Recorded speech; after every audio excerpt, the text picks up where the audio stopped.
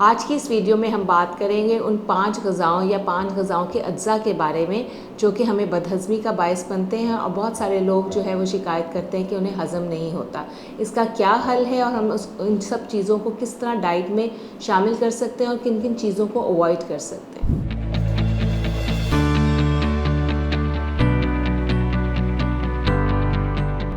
Assalamualaikum everyone, this is clinical nutritionist Maria Nadeem Khan here. I am a registered dietitian working at Rainbow Obesity and Eating Disorder Center.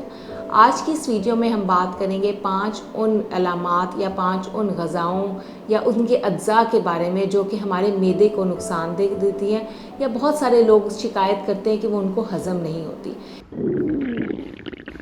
लगता है बाजार के खाने बहुत खाते हो। जी डॉक्टर साहब, मैं ये मेडिसिन प्रिस्क्राइब कर रहा हूँ, वो आप ले लेना। अब कोई भी मसला हो तो मरहम से डॉक्टर की ऑनलाइन कंसल्टेशन बुक करो, क्योंकि डॉक्टर से बात होगी अब घर पर। इसमें जो नंबर 1 पे हमारे पास आ रहा है कि वो है कि हमारा गाय का गोश्त और गाय का कीमा यानी कि बीफ, ये हमारे यहाँ बहुत ज़्यादा जो है लोगों को बदहज़मी का बायस बनता है और लोग शिकायत करते हैं कि उनको गैस का मसला होता है। दूसरे नंबर पे हमारे पास जो है कैबेज और कॉलीफ्लावर यानी कि गोभी की जितनी फैमिली है, ब्रोकली है, वो बहुत सारे लोगों को जो है वो हज़म नहीं हो रही होती।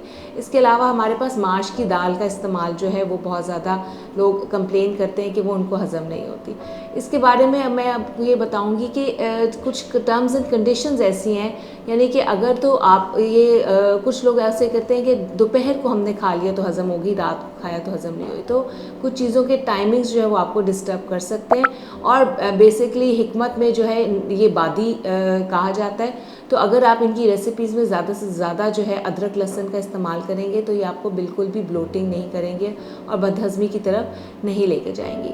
तीसरी और चौथी और पांचवी जो हमारे पास चीज़ आ रही है वो इंटॉलरेंस करती है हमारे मैदे के अंदर, जिसका नाम है ग्लूटिन, और हमारे पास आ रहा है लैक्टोज।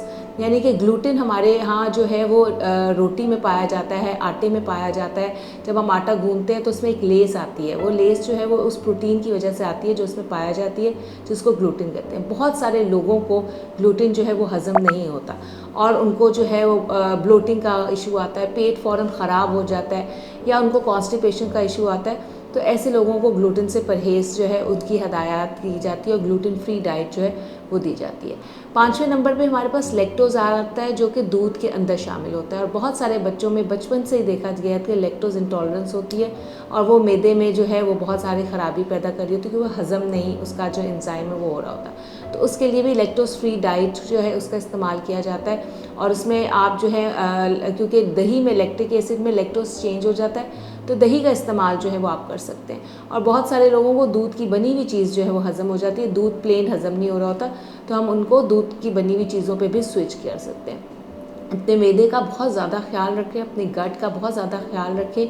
जो चीज़ आपको लगता है कि ट्रिगर करती है और हज़म नहीं होती, उससे इज्तनाब करें या उसको कम से कम इस्तेमाल करें या उसके टाइमिंग्स को देखें। हो सकता है उस टाइम पे आपको वो चीज़ हज़म ना होती हो या उस चीज़ की वो ज़्यादती आप अपनी डाइट में बहुत ज़्यादा ले रहे हैं, उसकी वजह से वो बदहज़मी का बायस बन रही है।